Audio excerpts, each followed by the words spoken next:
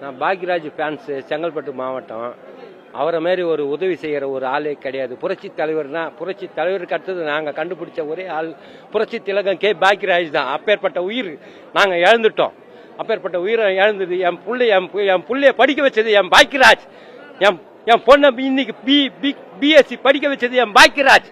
அப்பேற்பட்ட என் தலைவனை நான் இழந்தேன், அனாதையா நிற்கிறேன். 1983 பாக்யராஜ் இந்த மஞ்சச்சட்டையை போட்டு வருவார் இல்லையா, மஞ்சச்சட்டையை போட்டு கண்ணாடி போட்டு வருவார். அந்த கண்ணாடி போட்ட சட்டையை ஸ்கூலில் 7ஆவதுலேயே ஸ்டிக்கர் அடிச்சிட்டேன். ஸ்டிக்கர் ஏன்டா ஸ்கூல் வாத்தியார் கேட்டார், இது என்ன குச்சியில் வச்சு கேட்டார். குச்சியில் வச்சு அது பாக்யராஜ் அப்படின்னு. பாக்யராஜ்னா யாருன்னு கேட்டாங்க.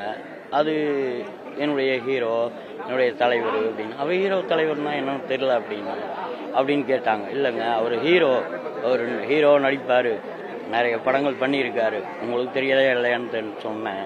ஆனாலும் அந்த குச்சியில் பாக்யராஜ் பேர் அடிக்கக்கூடாது, ரோசா எம்ஜிஆர் ரோஸ் அப்படின்னு தான் பண்ணாங்க.